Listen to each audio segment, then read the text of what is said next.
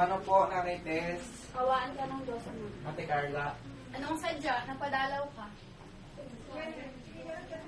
Paano po, Tia? Paano po, Tia? Sige, maupo kayong dalawa.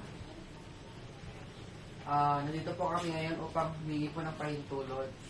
Pahintulot sa amin, anak. Humingi po ng bas-bas at tingin po ang kamay ng inyong anak. Alam mo ba, anak, bunsong anak ko si Ana, parang bulaklak na iningatan namin.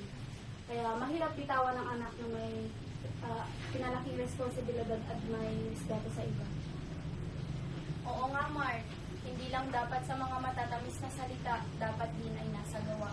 Kailangan mong bigyan ng magandang kinabukasan si Ana gaya ng binibigay ng aming ina at ama.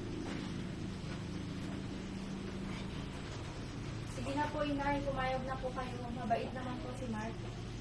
Kung ganyan ang iyong salita at nakikita ko ang iyong sinseridad, binibigay ko ang aking basbas at pagpayag. Ingatan mo ang aking anak, Mark.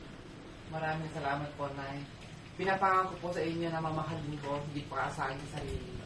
At bibigyan ko po siya ng magandang kinabukasan. Maraming salamat, Tess. Walang ano yun. It's a wrap! Enjoy the romantic pleasure.